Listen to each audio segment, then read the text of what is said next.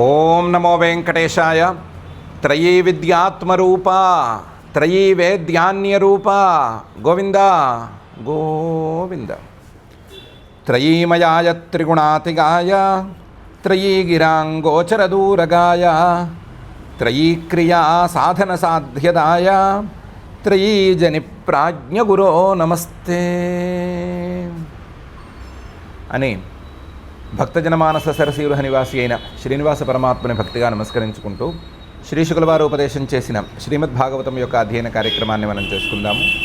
యథాప్రకారం శ్రీ గణేశ ప్రార్థనాదులతో ఈ కార్యక్రమానికి మంగళాచరణం చేసుకుందాము. శ్రీ గణేశ ప్రార్థన. శుక్లాంబరధరం విష్ణుం శశివర్ణం చతుర్భుజం ప్రసన్నవదనం ధ్యాయేత్ సర్వవిఘ్నోపశాంతయే. శ్రీ గురు ప్రార్థన. గురుర్బ్రహ్మా గురుర్విష్ణు గురుర్దేవో మహేశ్వర గురుః సాక్షాత్ పరం బ్రహ్మ తస్మై శ్రీ గురవే నమః. శ్రీనివాస ప్రార్థన. సర్వాభరణభూషాయ సర్వాయుధధరాయ చ సర్వానుగ్రహకార్యాయ శ్రీనివాసాయ తే నమః. అథ సంకల్పః. అస్మాకం ఉపాత్త సమస్త దురిత క్షయ ద్వారా బుద్ధిశుద్ధ్యర్థం విద్యాభివృద్ధ్యర్థం భక్తిజ్ఞానవైరాగ్యాది తదనుకూల సర్వసంపత్సమృద్ధ్యర్థం శ్రీ పరమేశ్వర ప్రీత్యర్థం శ్రీమద్భాగవత పాఠం కరిష్యామహే. అస్య శ్రీమద్భాగవత స్తోత్ర మహామంత్రస్య నారద ఋషి బృహతి ఛందః శ్రీకృష్ణ పరమాత్మా దేవత బ్రహ్మబీజం భక్తిశక్తి జ్ఞానవైరాగ్యే కీలకం. అస్మాకం శ్రీమద్భగవత్ప్రసాదసిద్ధ్యర్థే పాఠే వినియోగః ధ్యానం నారాయణామృతభరాయ విసంకటాయ వ్యాసప్రసూతశుకశౌనకసంఘటాయ సంసారవృక్షఫలభక్షరుజాంకటాయ క్షీరోదధిం మథత భాగవతం ఘటాయ. శ్రీ గురుభ్యో నమః. కశ్యప ప్రజాపతి గారు అదితికి పయోవ్రతాన్ని గురించి వివరంగా చెప్తున్నారు. ఆ పయోవ్రతంలో క్రితం రోజు చేయవలసినటువంటి పనులను గురించి చెప్తున్నారు. పయోవ్రతాన్ని ఫాల్గుణ శుద్ధ పాడ్యమి రోజు ప్రారంభించాలి అంటే మాఘ అమావాస్య రోజున, శివరాత్రి వెళ్ళిన అమావాస్య రోజున ముందుగా ప్రాతకాలంలో లేచి, అంటే సూర్యోదయానికంటే ముందే లేచి, అడవి పందులు కోరలతో గీకినటువంటి వరాహవిహతం అనే పేరున్న మట్టిని తీసుకొచ్చుకుని, కుదిరితే ఆ మట్టితో మృత్తికా స్నానం చేసి, ఒక నదిలో, మహానదిలో మృత్తికా స్నానం చేసి, ఆ స్నానం అయిన తర్వాత కూర్చుని అర్చాయాం స్థండిలే సూర్యే జలే వహ్నౌ గురావపి అని ఏదైనా ఒక రూపాన్ని ఎంచుకుని, ఆ ఎంచుకున్న రూపంలో పూజ చేసుకోవటం ప్రారంభించాలి అని చెప్తున్నారు.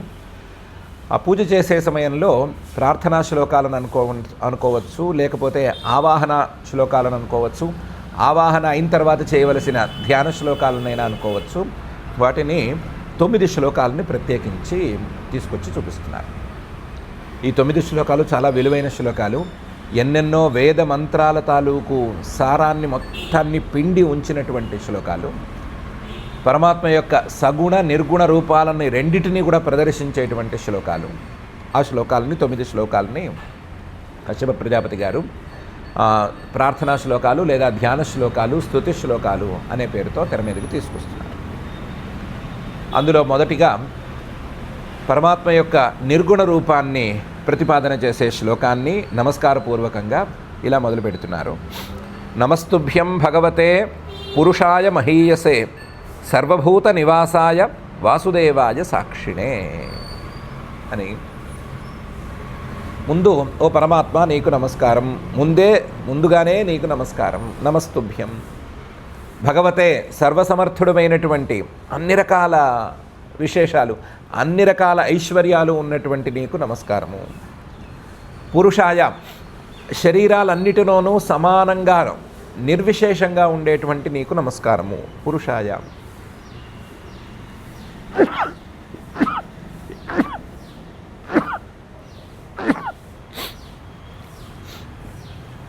మహీయసే అందరికంటే గొప్పవాడమైనటువంటి ఒక పరమాత్మ నీకు నమస్కారము.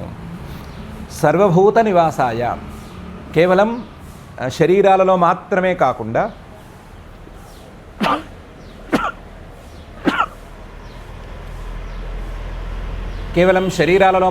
కాకుండా ప్రతి ప్రాణి యొక్క హృదయ గుహలలో, ప్రతి ప్రాణి యొక్క ప్రతి భూతం యొక్క, ప్రతి వస్తువు యొక్క లోపల నివాసం ఉండేటువంటి నీకు నమస్కారము. సర్వభూత నివాసాయ, వాసుదేవాయ, ప్రతి వస్తువు యొక్క ఆధారంగా ఉండే నీకు, ప్రతి వస్తువు యొక్క వెలుగుల రూపంలో ప్రతి వస్తువును తెలియచేసేటువంటి నీకు నమస్కారము. ఇన్ని ఉన్నా నీ యొక్క రూపానికి ఈ వస్తువుల్లో కానీ, ఈ శరీరాల్లో కానీ, ఈ విశేషాల్లో కానీ ఏది అంటదు. వీటన్నిటికీ సాక్షిగానే నువ్వు ఉంటావు. ఈ సాక్షి కేవలం నీ విజ్ఞాన స్వరూపంతో, స్వప్రకాశ చైతన్య రూపంతో, అలాగే నీ యొక్క ఔదాసీన్యంతో నువ్వు ఈ సాక్షి స్వరూపాన్ని నిర్వహిస్తూ ఉంటావు. అలాంటి సాక్షి రూపంలో ఉండే నీకు నమస్కారము అని నమస్కారం చేసుకోమని చెప్తున్నారు. నమస్తుభ్యం భగవతే పురుషాయ మహీయసే సర్వభూత నివాసాయ వాసుదేవాయ సాక్షిణే అనే ఈ మొదటి శ్లోకంలో ఇది నిర్గుణ పరమాత్మ స్వరూప ప్రతిపాదకమైనటువంటి మంత్రం. శ్లోకం అనే పేరుతో ఉండే మంత్రం. ఈ మంత్రాన్ని చెప్పిన తర్వాత ఆయన యొక్క సగుణ రూపాన్ని, ప్రాథమిక సగుణ రూపాన్ని పై శ్లోకంలో చెప్తున్నారు. నమో వ్యక్తాయ సూక్ష్మాయ ప్రధాన పురుషాయ చ చతుర్వింశత్ గుణజ్ఞాయ గుణసంఖ్యాన హేతవే అని. మళ్ళీ నమస్కారం, నీకో నమస్కారం. ఎలాంటి నీకు నమస్కారం? అవ్యక్తాయ, ఈ సృష్టి మొత్తానికి కారణ రూపంగా ఉంటూ అభివ్యక్తి లేకుండా ఉండేటువంటి నీకు నమస్కారము. నమః అవ్యక్తాయ. కారణం ఎప్పుడు కార్యం కంటే సూక్ష్మంగా ఉంటుంది కాబట్టి, కార్యం అనేది బయటికి కంటికి కనిపించేలా ఉంటుంది, కారణం అనేది దాని లోపల దాగి ఉంటుంది కాబట్టి, కారణ రూపంలో సూక్ష్మంగా దాగి ఉన్నటువంటి నీకు నమస్కారము. నమో వ్యక్తాయ సూక్ష్మాయ. నీకు కారణత్వమే గుణాల వల్ల వచ్చింది కాబట్టి నీ యొక్క సగుణ రూపాలలో మొదటి రూపం ఈ కారణ రూపం. అలాంటి కారణ రూపానికి నమస్కారము. ఈ కారణ రూపాన్నే రెండుగా చూపించుకోవచ్చు. ప్రధాన పురుషాయచ అని. ప్రధాన రూపంలో అంటే త్రిగుణాత్మకమైన మూల ప్రకృతి రూపంలో చూపించుకోవచ్చు. ఆ మూల ప్రకృతికి కంటే భిన్నంగా ఉండే పురుష రూపంలో కూడా చూపించుకోవచ్చు. ప్రకృతి నీ యొక్క స్వరూపము ఈ రెండు కలిసినప్పుడే, అంటే సగుణంగా మారినప్పుడే నీ యొక్క కారణ రూపం అనేది ఆవిర్భూతమవుతుంది. అలా ప్రకృతి యొక్క కలయికతో ఏర్పడిన నీ యొక్క పురుష స్వరూపానికి నమస్కారము. ప్రధాన పురుషాయచ. ఈ ప్రధాన పురుషుడుగా నువ్వు గుణాలతో కలిసి ఉన్నప్పుడు, గుణాలతో సగుణంగా నీ యొక్క రూపాన్ని కలిపేసుకున్నప్పుడు చతుర్వింశత్ గుణజ్ఞాయ, ఆ గుణాల తాలూకు ప్రభావాలను మొత్తాన్ని నువ్వు గమనిస్తూ ఉంటావు. లేదా ప్రధానం తాలూకు ఈ పరిణామాలకన్నిటికీ నువ్వు సాక్షిగా నిలబడతావు. అలాంటి చతుర్వింశత్ గుణజ్ఞాయ, ప్రధాన పరిణామాలైనటువంటి 24 విశేషాలకు జ్ఞ అంటే జ్ఞానిగా, సాక్షిగా ఉండేటువంటి నీకు నమస్కారము. చతుర్వింశత్ గుణజ్ఞాయ. ఆ చతుర్వింశతి గుణాహ లేదా మొత్తం 24 పదార్థాలు ఉన్నాయి అని చెప్పింది ఎవరు?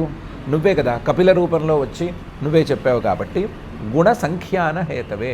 గుణాలు ఎన్ని ఉన్నాయి, గుణాల తాలూకు మార్పులు ప్రాథమికంగా ఎన్ని ఉంటాయి అని చెప్పిన నీకు నమస్కారము. గుణాలు ఎన్నున్నాయో చెప్పింది నువ్వే. ఆ గుణాలు ఎన్నున్నాయో నీకు మాత్రమే తెలుసు. ఆ గుణాలతో కలిసింది నువ్వు. గుణాలతో కలిసి కారణంగా మారింది నువ్వు. కారణంగా మారి సూక్ష్మంగా ఉన్నది నువ్వు. ఆ సూక్ష్మంగా ఉండి సృష్టి మొత్తానికి అవ్యక్తంగా కారణంగా ఉన్నటువంటి వాడివి నువ్వే. అలాంటి నీకు నమస్కారము అని పరమాత్మ యొక్క ప్రథమ సగుణ రూపానికి నమస్కరించుకోమని ఈ శ్లోకంలో చెప్తున్నారు.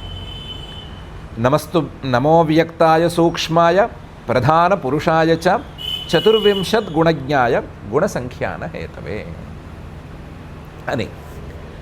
ఇది నిర్గుణానికి అతి దగ్గరగా ఉండేటువంటి సగుణ రూపం. నిర్గుణానికి దీనికి ఎంత ఒక ఇంచు తేడా అని కూడా చెప్పచ్చు. అంత దగ్గరగా ఉండేటువంటి రూపం. అందువల్లే నిర్గుణానికి ఉండేటువంటి లక్షణాలు దాదాపుగా ఈ సగుణ రూపానికి కూడా ఉంటాయి. నిర్గుణం అవ్యక్తంగా ఉంటే ఈ సగుణ రూపం కూడా అవ్యక్తంగా ఉంది. నిర్గుణం సూక్ష్మంగా ఉంటే ఈ సగుణ రూపం కూడా సూక్ష్మంగా ఉంది. అలాంటి సగుణ రూపాన్ని, నిర్గుణానికి అతి దగ్గరగా ఉండేటువంటి సగుణ రూపాన్ని చెప్పిన తర్వాత ఆ సగుణ రూపానికి చేర్చేటువంటి మిగతా సగుణ రూపాలని మిగతా శ్లోకాల్లో చెప్పడానికి ప్రారంభం చేస్తున్నారు. దాంట్లో నమో ద్విశీర్షే త్రిపదే చతుశృంగాయ తంతవే సప్తహస్తాయ యజ్ఞాయ త్రయీ విద్యాత్మనే నమః అనేది ముందున్న శ్లోకం. మన 9 ధ్యాన శ్లోకాలలో 3వ శ్లోకం. సగుణ రూపాలలో సగుణ రూపానికి, ప్రధాన సగుణ రూపానికి దగ్గర చేర్చే శ్లోకాల్లో మొదటి శ్లోకం. ఈ శ్లోకంలో అగ్నిస్వరూపంగా అలాగే వేద విద్యా స్వరూపంగా ఆ పరమాత్మని నమస్కరించుకునే విధానాన్ని చెప్తున్నారు. నమః, నీకు నమస్కారం. ఎలాంటి నీకు నమస్కారం? ద్విశీర్ష్ణే, 2 తలకాయలున్నటువంటి నీ యొక్క అగ్ని రూపానికి నమస్కారము. 2 తలకాయలు నీకు, అగ్ని యొక్క రూపానికి 2 తలకాయలు ఉన్నాయని చెప్తారు. త్రిపదే, 3 కాళ్ళు ఉన్నటువంటి నీ అగ్ని రూపానికి నమస్కారము. చతుశృంగాయ, 4 కొమ్ములు ఉన్నటువంటి నీ యొక్క అగ్ని రూపానికి నమస్కారము. 2 తలకాయలు, 2 తలకాయలకి 2 శృంగాలు, కొమ్ములు, అలాంటి 4 కొమ్ములు ఉన్నటువంటి నీ అగ్ని రూపానికి నమస్కారము. తంతవే, విస్తృతంగా ఫలాలను అందరికీ అందించేటువంటి నీ యొక్క అగ్ని రూపానికి నమస్కారము. సప్తహస్తాయ, ఆ అగ్ని రూపానికి 7 చేతులు ఉంటాయి అని చెప్తారు కదా, 7 చేతులున్న అగ్ని రూపంలో ఉన్న నీకు నమస్కారము. యజ్ఞాయ, యజ్ఞరూపుడమైనటువంటి నీకు నమస్కారము. త్రయీ విద్యాత్మనే, త్రయీ అంటే ఋక్కు, యజస్సు, సామలు అనేటువంటి 3 వేదాలు, ప్రధానంగా యజ్ఞాలను బోధించేటువంటి వేదభాగాలు. ఆ వేదభాగాల ద్వారా వచ్చేటువంటి విద్య, జ్ఞానం, ఆ జ్ఞానం ద్వారా చేయవలసినటువంటి క్రియలు, ఆ క్రియలకు మూలస్తంభంగా, మూలాధారంగా ఉండేటువంటి అగ్ని రూపంలో ఉన్న నీకు నమస్కారము అని నమస్కారం చేసుకోమని చెప్తున్నారు. నమో ద్విశీర్ష్ణే త్రిపదే చతుశృంగాయ తంతవే సప్తహస్తాయ యజ్ఞాయ త్రయీ విద్యాత్మనే నమః అనే ఈ శ్లోకంలో అగ్ని అనే రూపంలో పరమాత్మను కొలుచుకోవాలి, పరమాత్మను ధ్యానించుకోవాలి అని చెప్తున్నారు. ఎందుకంటే ఈ పయోవ్రతంలో పైన అగ్నిహోత్ర ప్రధానంగా కొన్ని హోమాలు చేయమని కూడా చెప్పారు. కాబట్టి ఆ హోమాలకు ఆధారంగా ఉండేటువంటి అగ్నిని ముందుగానే పరమాత్మ రూపంగా భావించమని, పరమాత్మను అగ్ని రూపంలో, సగుణ రూపంలో భావించమని 2 వైపుల నుంచి చెప్పడానికి ఈ శ్లోకాన్ని తెర మీదకి తీసుకొచ్చారు. కాకపోతే అగ్ని ఏంటి, అగ్నికి 2 ముఖాలేంటి, ఆ 2 ముఖాలకి 4 కొమ్ములేంటి, 4 కొమ్ములేంటి, 2 కొమ్ముల చొప్పున, అలాగే 3 కాళ్ళేంటి, 7 చేతులేంటి, ఎక్కడ వరుస లేకుండా ఉంది అనే ప్రశ్న తలెత్తచ్చు. కానీ ఇది ఒక పెద్ద మహామంత్రం యొక్క సారాంశం. 4 శృంగాః త్రయో అస్య పాదాః ద్వే శీర్షే సప్తహస్తాసో అస్య త్రిధా బద్ధో వృషభోరోరవేతి మహోదేవో మర్త్యాన్ ఆవివేశ అనేటువంటి ఒక మహామంత్రం, ఎన్నెన్నో అర్థాలున్నటువంటి మహామంత్రం. ఆ మంత్రం యొక్క సారం ఇది. ఆ సారం ప్రకారం అగ్ని అనే అర్థంలో తీసుకుంటే ఎన్నో అర్థాలు ఉన్నాయి. అగ్ని అనే అర్థంలో తీసుకుంటే ద్విశీర్ష్ణే, ఆయనకి అగ్నికి 2 తలకాయలు అంటే ఏదైనా ఒక యజ్ఞం ప్రారంభించాలి అంటే ముందు ప్రాయణీయం అనే పేరుతో ఒక ఇష్టి చేయాలి, సమాప్తి చేయాలి అంటే ఉదయనీయం అనే పేరుతో ఒక ఇష్టి చేయాలి. ఈ ప్రాయణీయంతో మొదలుపెట్టి ఉదయనీయంతో సమాప్తి చేస్తేనే ఆ యజ్ఞం పూర్తయినట్లు. అలాంటి ప్రాయణీయ ఉదయనీయాలు 2 ఈ అగ్నికి ప్రధానమైన తలలు లాంటివి. అవి లేనిదే ఈ అగ్ని ఫలితాలను, యజ్ఞ ఫలితాలను ఇవ్వలేడు అనే అర్థంలో ద్విశీర్ష్ణే అనే పదం మంత్రంలోనూ ఉంది, ఇక్కడ కూడా ఉంది. త్రిపదే, 3 కాళ్ళు అని ఉంది. ఎలాగైతే మనుషులు కాళ్ళతో నడుస్తారో అలాగే యజ్ఞ రూపంలో ఉండేటువంటి ఈ అగ్ని యజ్ఞం అనే రెండింటికి తేడా లేదనుకుంటే ఈ అగ్ని 3 కాళ్ళతో నడుస్తాడు. 3 కాళ్ళతో నడవటం అంటే ఏంటి అంటే యజ్ఞంలో ప్రాతఃసవనం, మాధ్యందిన సవనం, తృతీయ సవనం అని 3 సవనాలు ఉంటాయి. రోజుని 3గా విభాగం చేసి ఈ మొదటి కాలంలో ప్రాతఃసవనంలో ఏం చేయాలి, మాధ్యందిన సవనంలో ఏం చేయాలి, తృతీయ సవనంలో ఏం చేయాలి అని విస్తారంగా చెప్పబడి ఉంటుంది. ఆ 3 సవనాలతోనూ నడిచేది యజ్ఞం. కాబట్టి యజ్ఞ రూపంలో ఉండేటువంటి అగ్ని కూడా 3 పాదాలతో నడుస్తాడు అని మంత్రం చెప్తోంది. దాన్నే ఈయన త్రిపదే అని చెప్తున్నారు. చతుశృంగాయ, అగ్నికి 4 కొమ్ములు ఉన్నాయని మంత్రం చెప్తోంది. ఈ శ్లోకంలో కశ్యప ప్రజాపతి గారు కూడా చెప్తున్నారు. ఏమా 4 కొమ్ములు అని అంటే, ఒక రకంగా తీసుకుంటే, ఒక దీని ప్రకారం తీసుకుంటే, యజ్ఞం నడవాలి అంటే 4 ప్రధానమైన ఋత్విక్కులు ఉండాలి. అధ్వర్యు, హోత, ఉద్గాత, బ్రహ్మ అనే 4. అధ్వర్యు అంటే క్రియాకలాపాన్ని ప్రధానంగా చేసేవాడు. హోత అంటే ఈ క్రియాకలాపానికి కావలసినటువంటి మంత్రాలు చెప్పేవాడు. మంత్రాలు చెప్పేవాడు అంటే అక్కడ చేయవలసినటువంటి శస్త్రాలను చేసేవాడు. ఉద్గాత అంటే ఈ క్రియాకలాపం పూర్తయిన తర్వాత ఆ దేవతల్ని, వచ్చిన దేవతల్ని సంతోషపెట్టడానికి సామగానం చేసి పెట్టేవాడు. మొత్తం ఈ 3 రకాల పనులు సక్రమంగా జరుగుతున్నాయా లేవా అని పై ఎత్తున ఉండి చూసేవాడు బ్రహ్మ. ఈ 4 ప్రధానమైన ఋత్విక్కులు. మిగతా చాలామంది ఋత్విక్కులు ఉంటారు, కానీ వీళ్ళ వెంట ఉండాలి వాళ్ళు. అధ్వర్యుడికి సహాయకులుగా కొంతమంది, హోతకి సహాయకులుగా కొంతమంది, ఉద్గాతకి సహాయకులుగా కొంతమంది, బ్రహ్మగారికి సహాయకులుగా అతి తక్కువ మంది. పై ఎత్తున చూసే వాళ్ళకి సహాయకులు అంటే ఇంకా అర్థం ఉండదు పెద్దగా. కాబట్టి అతి తక్కువ మంది, సదస్యము ఇలాంటివేవో 1-2 ఉంటాయి అంతే. ఇలా 4 రకాలుగా ఉండేటువంటి 4 గణాల ఋత్విక్కులు, 4 ఋత్విక్కులు. కానీ వీళ్ళు అగ్నికి కొమ్ములు లాంటి వాళ్ళు. కొమ్ము ఎలాగైతే తలలో కొట్టొచ్చినట్టు కనిపిస్తోందో అలాగే ఈ యజ్ఞంలో ఈ 4 ఋత్విక్కులు కొట్టొచ్చినట్టు కనిపిస్తారు. అలాంటి ఋత్విక్కులతో ఈ అగ్ని అంటే యజ్ఞ రూపంలో ఉండేటువంటి అగ్ని సవ్యంగా ఫలితాలను ఇస్తాడు.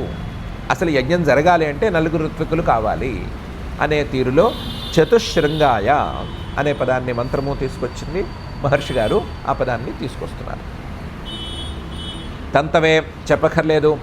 ఈ యజ్ఞాలు సక్రమంగా సాగితేనే కదా ఫలితాలను ఇవ్వటానికి. ఫలితాలను ఆ అగ్ని ఇవ్వాలి అంటే యజ్ఞాలు సక్రమంగా సాగాలి. అలాంటి ఫలితాలను విస్తారంగా ఇచ్చేటువంటి అగ్నిస్వరూపం పరమాత్మ యొక్క రూపం అని చెప్తున్నారు. సప్తహస్తాయ, 7 చేతులు అగ్నికి అని మంత్రం చెప్తోంది. ఈ మంత్రం కూడా చెప్తోంది 7 చేతులు, 7 రకాలుగా ఉండేటువంటి ఛందస్సులు అంటే మీటర్స్. ఒక మంత్రానికి ఉండేటువంటి ఒక మీటర్. ఇన్ని అక్షరాలతో ఉంటే గాయత్రి ఛందస్సు, ఇన్ని అక్షరాలతో ఉంటే జగతి ఛందస్సు, ఇన్ని అక్షరాలతో ఉష్ణికు, అనుష్టుపు అని ఛందస్సులు ఉంటాయి. ఆ ఛందస్సులు 7 ప్రధానమైన ఛందస్సులు, యజ్ఞంలో వాడే ఛందస్సులు. ఆ 7 రకాల ఛందస్సులు అగ్నిస్వరూపంలో ఉండే పరమాత్మకి లేదా అగ్నిస్వరూపంలో ఉండేటువంటి యజ్ఞానికి 7 చేతులు లాంటివి అని మంత్రం చెప్తోంది. దాన్నే మహర్షి గారు కూడా సప్తహస్తాయ అనే పదంతో ఈ శ్లోకంలో ఉంచుతున్నారు. మనం ముందే అనుకున్నట్లుగా ఈ మంత్రానికి చాలా అర్థాలు ఉన్నాయి. కాబట్టి సప్తహస్తాయ అంటే హోత యొక్క గణంలో ఉండేటువంటి 7 ఋత్విక్కులు, 7 హస్తాలు అనేటువంటి వ్యాఖ్యానం కూడా దీనికి చేయొచ్చు. ఎన్నో అర్థాలు కుదురుతాయి. ఆ అర్థాలలో మనకి ప్రధానమైన అర్థం సప్త ఛందస్సులు కలిగినది అనేటువంటి అర్థం. ఈ అర్థం తీసుకుంటే త్రయీమయాయ, మనం ప్రారంభంలో చెప్పుకున్నటువంటి వేదమయాయ అనే అర్థానికి కూడా సరిపోతుంది. కాబట్టి దానికి కూడా సరిపోయేటట్లుగా ఈ అర్థం తీసుకుందాం. యజ్ఞ రూపంలో ఉండేటువంటి వాడు పరమాత్మే. యజ్ఞ రూపంలో మనకి కంటికి కనిపిస్తూ ఉండేవాడు అగ్నే. కాబట్టి యజ్ఞ రూపంలో ఉండే అగ్ని రూపంలో ఉండేటువంటి పరమాత్మకు నమస్కారము అని తీసుకొస్తున్నారు.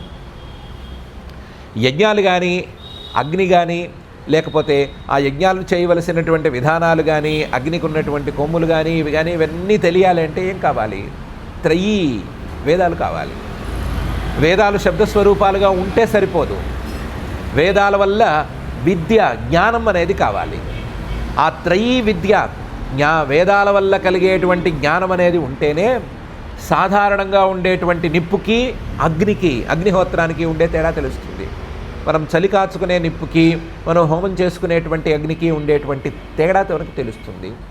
చలి కాచుకునే నిప్పుని కాళ్ళతో తన్నకూడదు, గౌరవించాలి. ఈ అగ్నిహోత్రాన్ని కనీసం చలి కూడా కాచుకోకూడదు.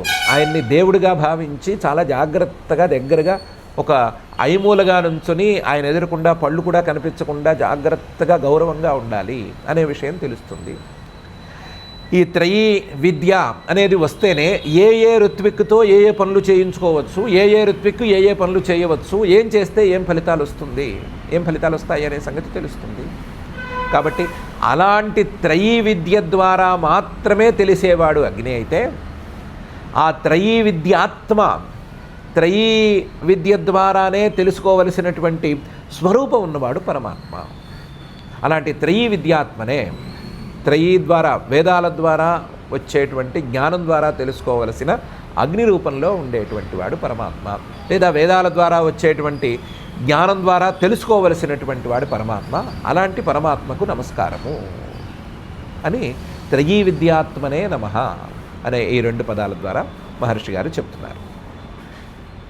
మంత్రంలో అయితే త్రిధాబద్ధ అనుంది, ఈయన త్రయీ విద్యాత్మనే నమః అని దాన్ని అందంగా మలచారు. ఇది అగ్నిపరంగా చేసుకోవలసినటువంటి వ్యాఖ్యానం.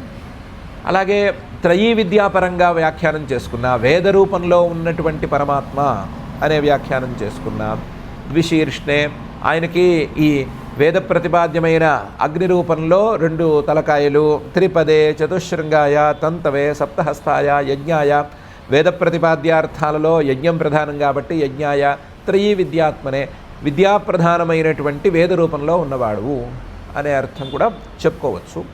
ఈ అర్థంలో కూడా వాడుకోవచ్చు.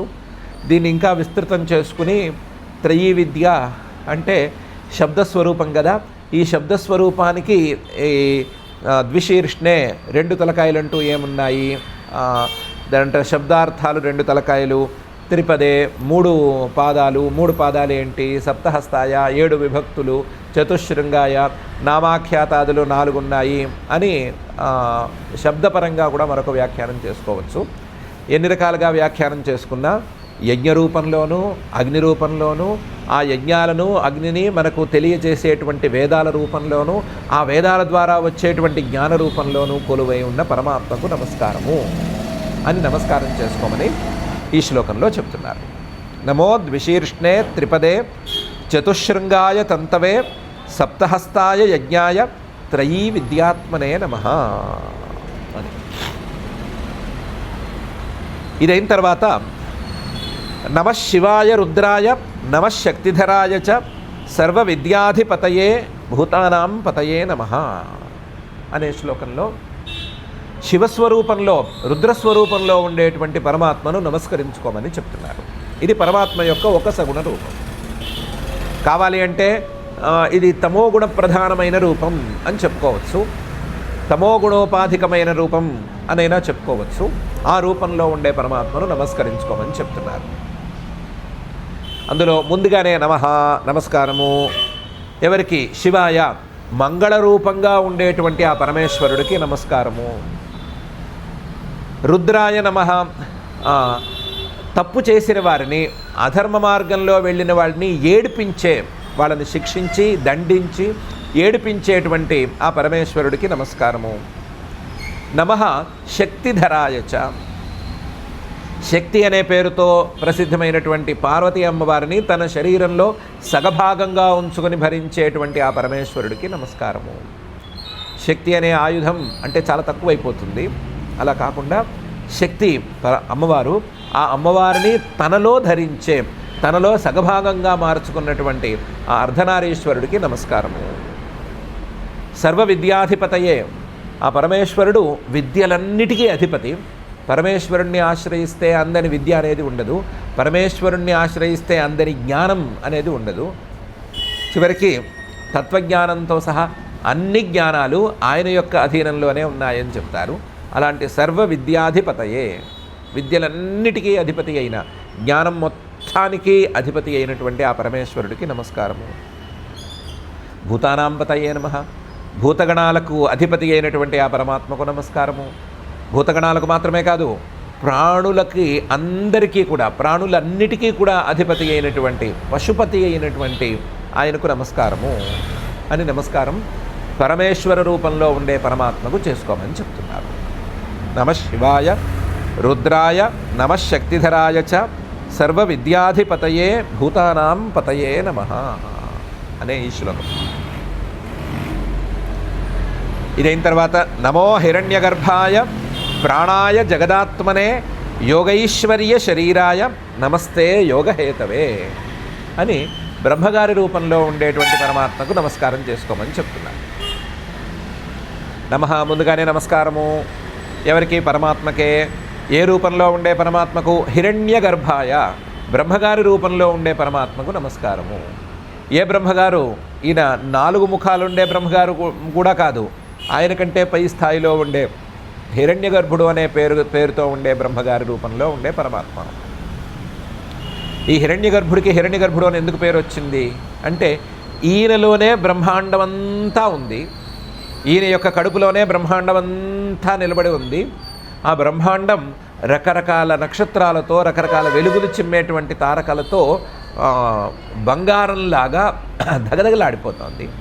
అలాంటి బంగారంలాగా దగదగలాడిపోయేటువంటి బ్రహ్మాండాన్ని కడుపులో ఉంచుకున్నాడు కాబట్టి, దానికి కారణమవుతున్నాడు కాబట్టి హిరణ్యగర్భుడికి హిరణ్యగర్భుడు అని పేరు వచ్చింది. అలాంటి హిరణ్యగర్భుడికి హిరణ్యగర్భ రూపంలో ఉండేటువంటి పరమాత్మకు నమస్కారము అని నమస్కారం చేసుకోమని చెప్తున్నారు. ఈ హిరణ్యగర్భుడికే ప్రాణ అనే పేరుంది, సూత్రాత్మ అని మనం అప్పుడప్పుడు చెప్పుకున్నాము. మొత్తం ప్రాణులన్నిటి యొక్క సమష్టి ప్రాణం అనేది ఈయన యొక్క రూపం.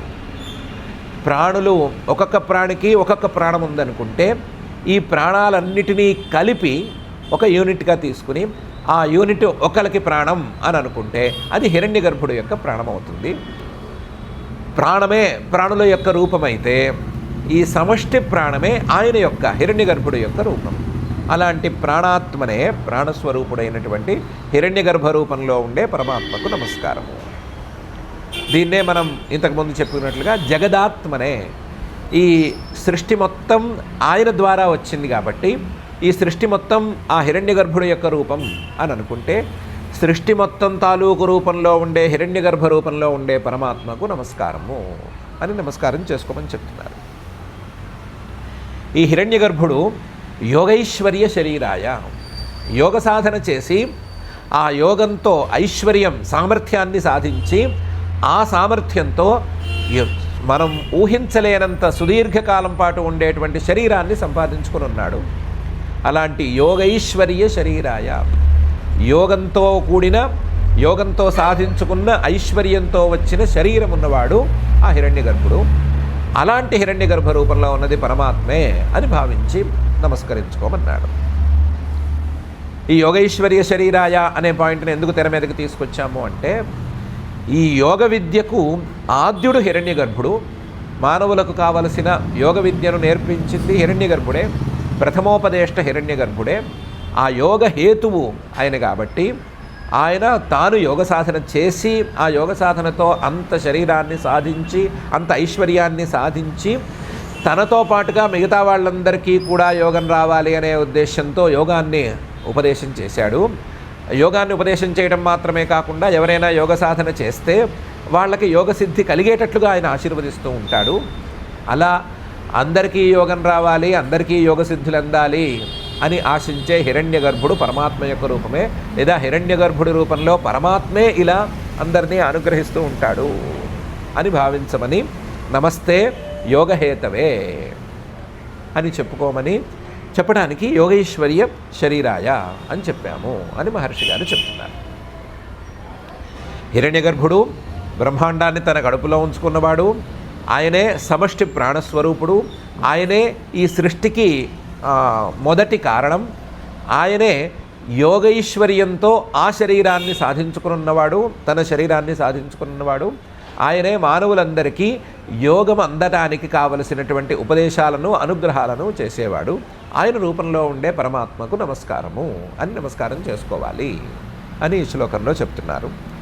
నమో హిరణ్యగర్భాయ ప్రాణాయ జగదాత్మనే యోగైశ్వర్య శరీరాయ నమస్తే యోగహేతవే అని. నమస్తే ఆదిదేవాయ సాక్షిభూతాయ తే నమః నారాయణాయ ఋషయే నరాయ హరయే నమః అని శ్రీమన్మహావిష్ణువు రూపంలోనూ అలాగే నరనారాయణుల రూపంలోనూ ఉండేటువంటి పరమాత్మను నమస్కరించుకోమని పై శ్లోకంలో చెప్తున్నారు. నమః యథాప్రకారం ముందుగానే నీకు నమస్కారము.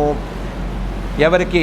తే ఆదిదేవాయ, మొదటి దేవుడివి లేదా ఆదిదేవుడివి, ఆదిదేవ రూపంలో ఉండేవాడివి నువ్వే మహావిష్ణువు రూపంలో. అలాంటి ఆదిదేవుడికి నమస్కారము. ఆదిదేవుడు అంటే ఆదిశ్చాసౌ దేవశ్చ అని కదా. ఆదిహి అంటే ఈ జగత్తు మొత్తానికి కారణమైనవాడు, దేవ ఈ జగత్తు మొత్తానికి వెలుగైనవాడు అని కదా దానికి అర్థం చెప్పాలి. మరి అలా అర్థం చెప్తే పరమాత్మ యొక్క నిర్గుణ రూపానికి వెళ్ళిపోయింది కదా. అంటే అఫ్కోర్స్ సాక్షిభూతాయ, ఈ ఆదిదేవ అనే పదం సాక్షికే వెళుతుంది, పరమాత్మ యొక్క నిర్గుణ రూపానికే వెళుతుంది. మనం ముందుగానే అనుకున్నట్లుగా సగుణం నుంచి నిర్గుణం దాకా వెళ్ళటానికి కావలసిన పదాలనే మనం మెట్లనే చెప్పుకుంటున్నాము. కాబట్టి పరమాత్మ యొక్క నిర్గుణ రూపంగా దీన్ని చెప్పుకున్నా తప్పేమీ లేదు. సాక్షిభూతాయ, సాక్షిగా ఉండేటువంటి పరమాత్మ నిర్గుణ రూపానికే నమస్కారము. ఆదిదేవాయ శ్రీమన్మహావిష్ణువు అర్థం చెప్పుకోవచ్చు. ఆదిదేవాయ నిర్గుణ రూపం లేదా సగుణ రూపంలో చివరి రూపం అని చెప్పుకోవచ్చు. సాక్షినే ఇంకా నిర్గుణ రూపమే అని కూడా చెప్పుకోవచ్చు.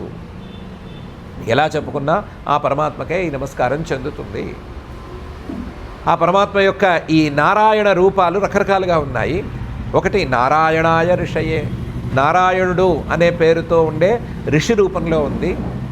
మళ్ళీ ఆయన పక్కనే కూర్చునేటువంటి నరహ అనే పేరుతో ఉండే ఋషి రూపంలో కూడా ఉంది. ఋషయే నరాయ. ఈ రెండు కాకుండా మనం మాటిమాటికి శ్రీహరి శ్రీహరి అని పిలుచుకునేటువంటి చతుర్భుజమూర్తి లేదా ద్విభుజమూర్తి, వైకుంఠంలో ఉండేటువంటి మూర్తి, ఆ మూర్తి రూపంలో కూడా ఉంది.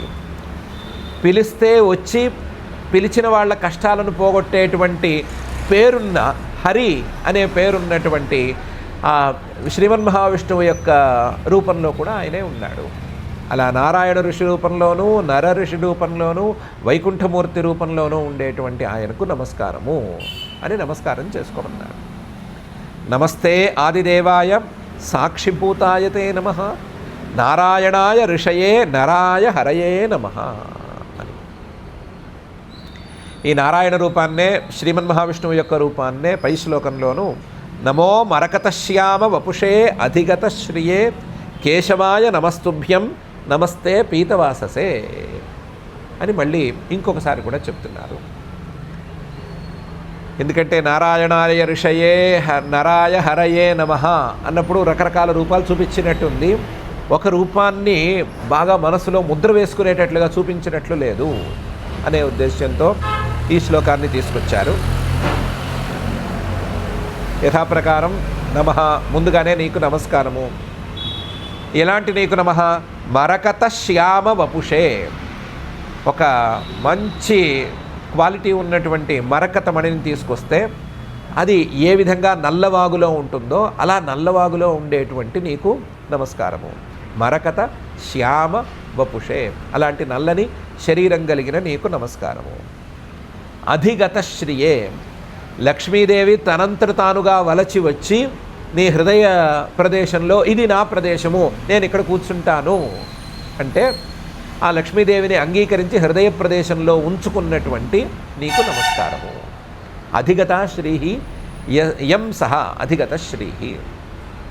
లక్ష్మీదేవి తనంతట తానే కోరుకుని నేను ఇంకెవరి దగ్గరికి వెళ్ళను, ఈయన దగ్గరికే వస్తాను, ఈయనకే నా మాల వేస్తాను అని స్వయంవరంలో ఈయనకే మాల వేసింది అనుకున్నాం కదా అమృతమథన ఘట్టంలో.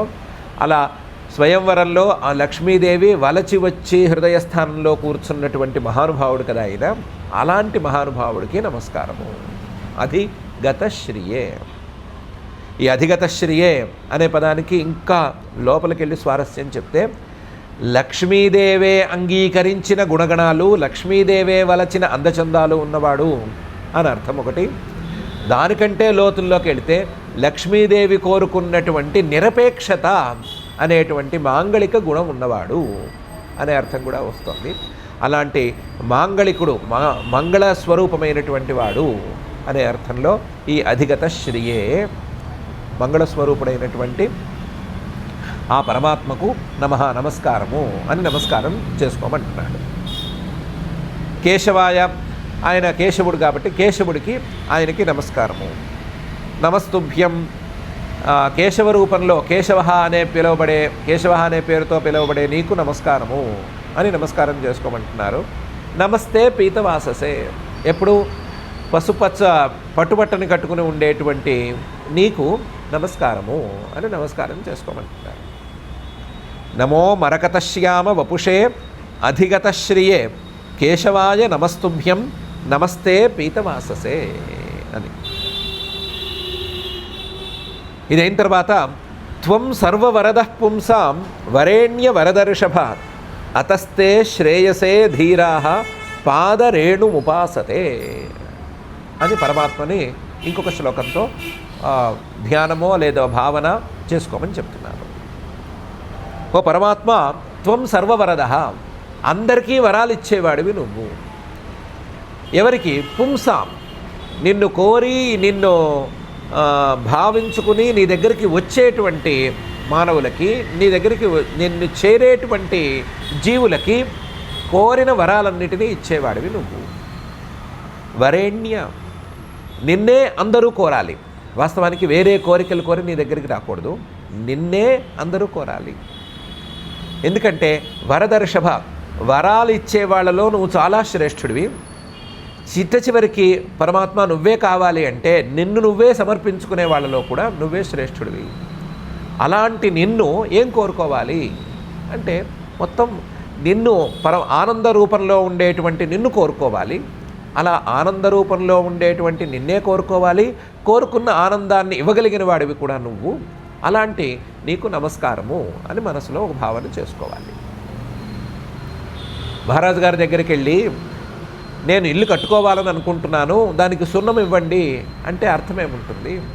సున్నం పూసుకోవడానికి సున్నం ఇవ్వండి అంటే ఏం అర్థం ఉంటుంది? మహారాజు దగ్గరికి వెళ్తే నాకు ఇల్లు కట్టించి ఇవ్వండి అని చెప్తే సరిపోతుంది. ఆయనే అందులో కావాల్సిన ఫర్నిచర్తో సహా అన్నీ ఏర్పాటు చేసి ఇవ్వాలి. ఆయనే గనక వరం ఇవ్వదలుచుకుంటే మహారాజు గారికి ఏం కొదవా, ఇచ్చేస్తాడు కదా. అలాగే ఈయన దగ్గరికి వెళ్ళి నాదేదో ఆ చిన్న కోరిక ఈ చిన్న కోరిక తీర్చు అంటే ఏం బాగుంటుంది?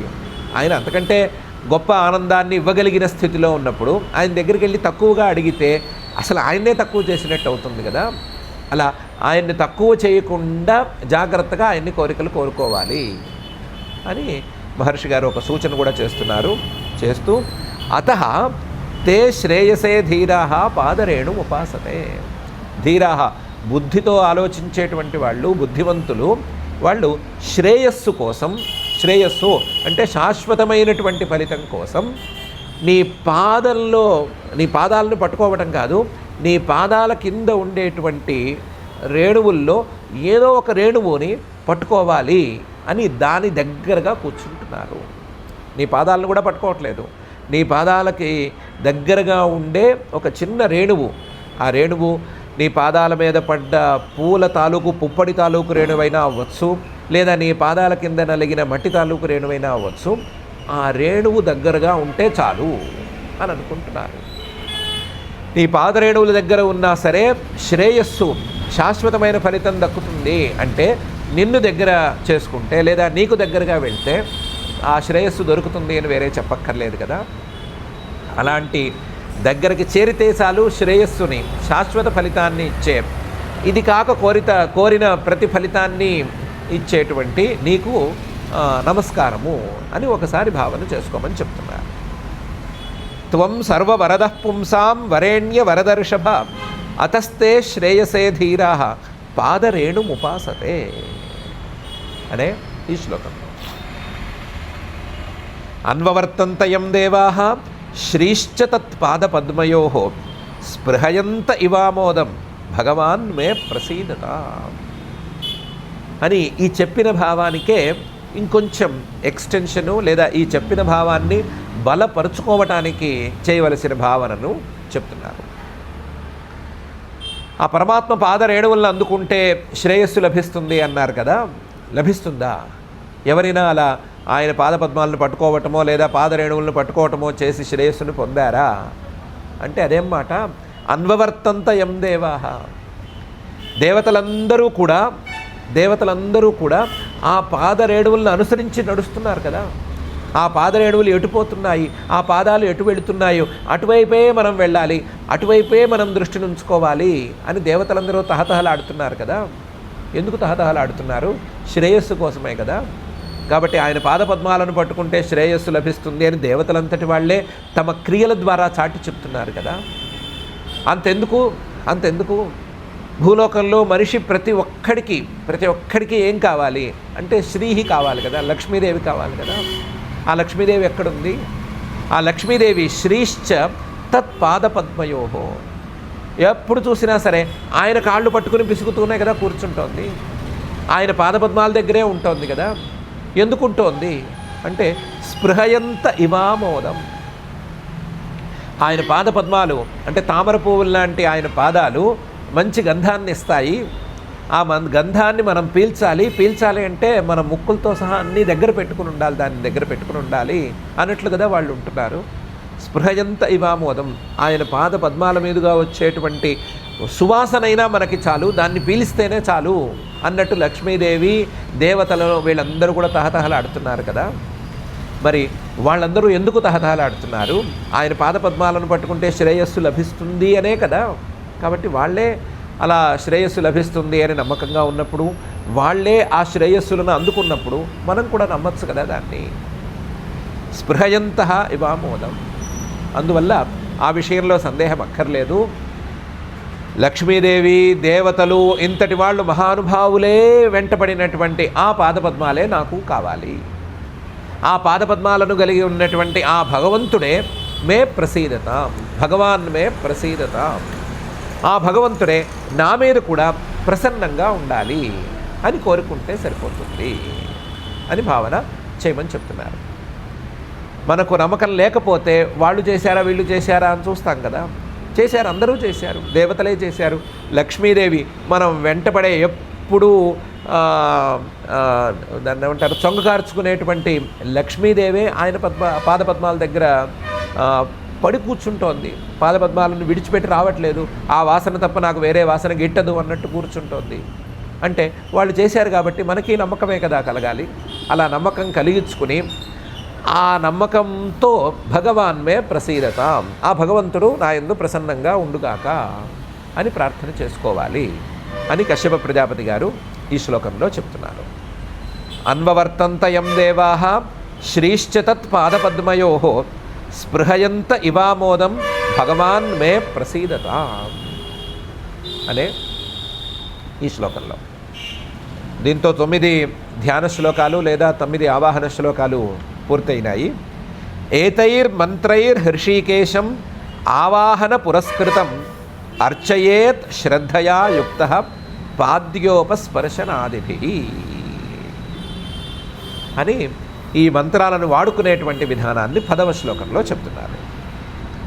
ఏతైర్మంత్రై, ఇవేమీ శ్లోకాలు మాత్రం కావు, మంత్రాలు ఇవి. ఎన్నెన్నో మంత్రాల సారాలని ఈ శ్లోకాల్లో పిండి ఉంచాం కాబట్టి ఇవి మంత్రాలు. ఈ మంత్రాలతో హృషీకేశం, మనలోనే అంతర్యామిగా ఉండి మనలోనే ఉండేటువంటి మనస్సును నియంత్రించగలిగే, మన మనసులోనే ఉండేటువంటి పరమాత్మను ఆవాహన చేసుకోవాలి. అందరూ ఆవాహన అంటే పైనుంచి వచ్చి ఇక్కడ ఉన్నట్టుగా ఆవాహన చేసుకోవాలి అని అనుకుంటారు, అది తప్పు. మన హృదయంలోంచి బయటకు వచ్చినట్లుగా ఆవాహన చేసుకోవాలి.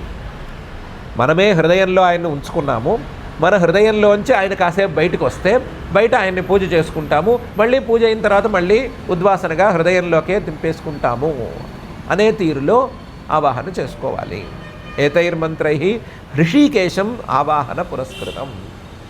లోపల ఉండేటువంటి పరమాత్మను, హృషికేశుడిగా ఉండేటువంటి పరమాత్మను బయటికి తీసుకొచ్చి ఆ ఆవాహనతో ఆయన్ని సత్కరించుకుని, అయ్యా నిన్ను పూజించుకోవటానికి కాస్త బయటికి వస్తే నేను పూజ చేసుకుంటాను అని అనుకుని ఆ భావనతో ఆయన్ని పూజ చేసుకోవటం ప్రారంభించుకోవాలి. అర్చయేత్, శ్రద్ధగా పూజ చేసుకోవాలి. అర్చయేత్ శ్రద్ధయా యుక్తః, చాలా కదలకుండా లేదా మనస్సుని కదల్చుకోకుండా అలాగే ఉండి శ్రద్ధయాయుక్త అర్చయేత్. అర్చ అనేది ఇది మానసికమైన పూజ కాదు, ఇది బాహ్యమైన పూజ కాబట్టి పాద్య ఉపస్పర్శన అదిభి. పాద్యం మనం మామూలు మనుషులకైతే కాళ్ళు కడుక్కోవడానికి నీళ్ళు ఇవ్వాలి. ఇంటికి ఎవరైనా వస్తే, అందులోనూ పెద్దవాళ్ళు వస్తే కాళ్ళు కడుక్కోవడానికి చెంబులో నీళ్ళు ఇవ్వటం అనేది చెయ్యాలి. ఇక్కడ దాని బదులుగా చేసేటువంటి పాద్యం అనే ఉపచారం, ఆయన పాదాలను మనం కడిగినట్లుగా భావించి చేసేటువంటి ఉపచారం ఆ పాద్య ఉపస్పర్శన. ఇంటికి ఎవరైనా వస్తే వాళ్ళని గౌరవించడానికి చిహ్నంగా వాళ్ళకి మంచినీళ్ళు ఇవ్వాలి. ఆఫర్ చేయటం అనేది తర్వాతి మాట, మంచినీళ్ళు ఇవ్వాలి. ఆ మంచినీళ్ళు ఇవ్వటం అనే స్థానంలో పరమాత్మకు మనం చేసేటువంటి ఉపచారం ఆచమనీయం, ఉపస్పర్శనం అనేటువంటి ఉపచారం. ఆ ఉపచారాన్ని చెయ్యాలి. ఉపచారం చేయడానికి ముందుగా ఆవాహన సమయంలోనే ఈ శ్లోకాలను చెప్పుకుని లేదా మనసులో భావన చేసుకుని ఉంచుకోవచ్చు. లేదా ప్రతి ఒక్క ఉపచారానికి సమయం ఉంటే కనుక 9 శ్లోకాలను వాడుకోవచ్చు అనే అర్థం వచ్చేటట్లుగా ఏతైర్మంత్రైరర్చయేత్, ఏతైర్మంత్రైరావాహన పురస్కృతం అని 2 రకాల అన్వయం కలిగేటట్లుగా జాగ్రత్తగా చెప్పారు. ఈ మంత్రాలతో ఆవాహన చేసుకుంటే చాలు అనుకుంటే చాలు. లేదా ఆవాహన అయిన తర్వాత ఈ మంత్రాలను భావనామయంగా ధ్యానం లాగా చేసుకుంటే ఓకే, అది కూడా సరిపోతుంది. లేదు ప్రతి ఉపచారానికి 9 శ్లోకాలు చెప్తాము, సరే చెప్పుకోవచ్చు అనే అన్ని రకాల అన్వయాలు కుదరటానికి వీలుగా ఈ శ్లోకాన్ని మహర్షి గారు చెప్తున్నారు. ఏతైర్మంత్రైర్ హృషీకేశం ఆవాహన పురస్కృతం అర్చయేత్ శ్రద్ధయా యుక్త పాద్యోపస్పర్శనాదిభి అని. ఇంకా అర్చా విధానం అనేది కొద్దిగా ఉంది. ఇంకా మనం ముందు రోజు చేయవలసినటువంటి పూజ అనే తీరులో ఉన్నాము. ఇంకా పైన నడవలసింది, పైన పూర్తి చేయవలసిన విధానం కూడా ఉంది. ఆ విధానాలని మనం ఎలాగూ క్రమంగా మనం తెలుసుకుంటాము. ఇప్పటికైతే ఏ పూజ గురించి చెప్పినా సరే, ఏ పూజలో భగవంతుడిని పూజించుకోమని చెప్పినా సరే చాలా ప్రధానమైన అంశాలు కొన్ని ఉండాలి అనే విషయాన్ని ఒకసారి గమనించుకుందాము. ఒకటి, ఆ పూజలో భగవంతుడు బయట నుంచి రాడు. ఆ పూజలోకి భగవంతుడు మన మనసులో అంతర్యామిగా ఉన్న భగవంతుడు బయటకు వస్తాడు అనేటువంటిది ఒక ప్రధానం. ఏ పూజలో ఏ రూపాన్ని పూజ చేసుకుంటున్నా సరే ఆ పూజనీయమైనటువంటి మూర్తి, మనకి ఇష్టమైనటువంటి మూర్తి అంతకు పరిమితం మాత్రం కాదు, అది సకల దేవతామయంగా ఉండేటువంటి మూర్తి. ఆ మూర్తి మనకు ఇష్టమైన మూర్తి ఎంతవరకే. అది శివలింగం కావచ్చు, శ్రీమన్ మహావిష్ణువు తాలూకు సాలగ్రామం కావచ్చు, మూర్తి కావచ్చు, లేదా సూర్యుడి మూర్తి కావచ్చు, అమ్మవారి మూర్తి కావచ్చు, ఏదైనా సరే అది సర్వదేవతామయమైనటువంటి మూర్తి అనేదే ప్రధానమైన అంశం. ఆ సర్వదేవతామయమైన మూర్తులలో మన మనస్సుకి, స్థూలంగా ఆలోచించే మన మనస్సుకి ఇంపుగా ఉండేటువంటి రూపాన్ని మనం ఉంచుకున్నాము అనేటువంటి భావనతోనే పూజ చేయాలి. సర్వదేవతామయమైన మూర్తి అనే భావన చేస్తే వచ్చే లాభం, ఆ సర్వదేవతామయంగా పరమాత్మ యొక్క గుణాల తాలూకు అంశాలన్నీ అందులో ఉంటాయి. ఉన్నప్పుడు పరమాత్మ యొక్క సగుణ రూపానికి ఆ సర్వదేవతామయమైన రూపం దగ్గర అవుతుంది. అలా దగ్గర అయినప్పుడు అక్కడి నుంచి ఒక మెట్టు ఎక్కితే పరమాత్మ యొక్క సగుణ రూపం, అక్కడి నుంచి ఒక మెట్టు ఎక్కితే పరమాత్మ యొక్క నిర్గుణ రూపానికి దగ్గరగా ఉండేటువంటి జగత్కారణ రూపం, అక్కడి నుంచి ఒక మెట్టు ఎక్కితే పరమాత్మ యొక్క నిర్గుణ రూపం అనేది అందటానికి వీలుగా ఉంటుంది. అలా అందటానికి వీలుగా పూజా విధానాలను ఏర్పరచుకుంటే ఎక్కువ ప్రభావవంతంగా ఉంటాయి. చేసే పూజ ఎక్కువ ఎఫెక్టివ్గా ఉండాలి అనుకుంటే ఈ విధంగా చేస్తే ఉంటుంది. అలా కాకుండా రకరకాల మాటలతో, రకరకాల భేదబుద్ధులతో కనుక పూజ చేస్తే పూజ తాలూకు ప్రభావం సన్నగిలుతుంది. పూజ వ్యర్థం కాదు, పూజ ద్వారా అందుకోవలసినటువంటి ఫలితంలో లోపం రాకపోవచ్చు, కానీ పూజ ద్వారా అందుకోవలసినటువంటి మహాఫలితంలో మాత్రం తప్పనిసరిగా కోత అనేది విధించబడుతుంది అనేటువంటిది ఈ ధ్యాన శ్లోకాలతో మనం అర్థం చేసుకోవలసినటువంటి అంశం. మిగతా సగుణ రూపాలు, ఆ సగుణ రూపాల తాలూకు ప్రస్తావనలు ఇవన్నీ మనకు ముందే తెలిసినవే, కొంచెంగా కాకపోతే కొంచెంగానే తెలిసినవే. కానీ ఈ విధానంలో పూజకు ముందు ఆవాహన సమయంలో ఈ విషయాలని ఇక్కడ ఉంచడం ద్వారా కశ్యప మహర్షి గారు మనకు చెప్పదలుచుకున్నటువంటి అంశం ఇదే. పూజ చేసేటప్పుడు తీసుకోవలసినటువంటి జాగ్రత్తలు, పూజలను మనం పరమాత్మను అందుకునేందుకు వీలుగా మలుచుకోవలసినటువంటి విధానాలు అనేటువంటి అంశమే. ఆ అంశాన్ని మనం జాగ్రత్తగా మనసులో ఉంచుకొని మన మనస్సుల్లోనే, మన మనసులు అనేటువంటి పద్మాలలోనే నివాసం ఉండేటువంటి పరమాత్మను పూజ కోసం అప్పుడప్పుడు బయటికి వస్తూ ఆ పూజని ఆ రీతిలోనే పరమాత్మ అనేటువంటి భావనలోనే అందుకుంటూ మళ్ళీ తిరిగి మన మనస్సుల్లోకే వచ్చేస్తూ మన మనస్సుల్లోనే పెరుగుతూ మన మనస్సులనే బాగు చేస్తూ ఉండమని ప్రార్థించుకుంటూ ఆ భక్తజన మానస సరసీరుహ నివాసి అయినటువంటి శ్రీనివాస పరమాత్మని మనల్ని అనుగ్రహించమని ప్రార్థించుకుంటూ ఈ రోజుకి పారాయణ కార్యక్రమం చేసుకుంటాం. అథ శ్రీమద్భాగవతే పారమహంస్యాం సంహితాయాం అష్టమస్కంధే షోడశాధ్యాయే శ్లోకాః. నమస్తుభ్యం భగవతే పురుషాయ మహీయసే సర్వభూతనివాసాయ వాసుదేవాయ సాక్షిణే నమో వ్యక్తాయ సూక్ష్మాయ ప్రధానపురుషాయ చ చతుర్వింశద్గుణజ్ఞాయ గుణసంఖ్యానహేతవే నమో ద్విశీర్ష్ణే త్రిపదే చతుశృంగాయ తంతవే సప్తహస్తాయ యజ్ఞాయ త్రయీ విద్యాత్మనే నమః. నమః శివాయ రుద్రాయ నమః శక్తిధరాయ చ సర్వవిద్యాధిపతయే భూతానాం పతయే నమః. నమో హిరణ్యగర్భాయ ప్రాణాయ జగదాత్మనే యోగైశ్వర్యశరీరాయ నమస్తే యోగహేతవే. నమస్తే ఆదిదేవాయ సాక్షిభూతాయ తే నమః. నారాయణాయ ఋషయే నరాయ హరయే నమః. నమో మరకతశ్యామ వపుషేధిగతశ్రియే కేశవాయ నమస్తుభ్యం నమస్తే పీతవాససే. త్వం సర్వవరదః పుంసాం వరేణ్యవరదర్షభ అతస్తే శ్రేయసే ధీరాః పాదరేణుముపాసతే. అన్వవర్తంత యందేవాః శ్రీశ్చ తత్పాదపద్మయోః స్పృహయంత ఇవామోదం భగవాన్ మే ప్రసీదతాం. ఏతైర్మంత్రైర్హృషీకేశం ఆవాహన పురస్కృతం అర్చయేచ్ఛ్రద్ధయా యుక్తః పాద్యోపస్పర్శనాదిభిః. ఇతి శ్రీమద్భాగవతే పారమహంస్యాం సంహితాయాం అష్టమస్కంధే షోడశాధ్యాయే శ్లోకాః. అథ క్షమా ప్రార్థనా యదక్షరపదభ్రష్టం మాత్రాహీనం తు యద్భవేత్ తత్సర్వం క్షమ్యతాం దేవ నారాయణ నమోऽస్తు తే.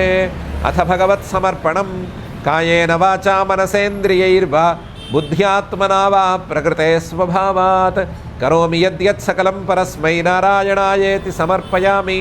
అథ లోకక్షేమ ప్రార్థనా సర్వే భవంతు సుఖినః సర్వే సంతు నిరామయాః సర్వే భద్రాణి పశ్యంతు మా కశ్చిద్ దుఃఖభాగ్ భవేత్. అథ మంగళం శ్రియః కాంతాయ కళ్యాణ నిధయే నిధయేర్థినాం శ్రీవేంకటనివాసాయ శ్రీనివాసాయ మంగళం.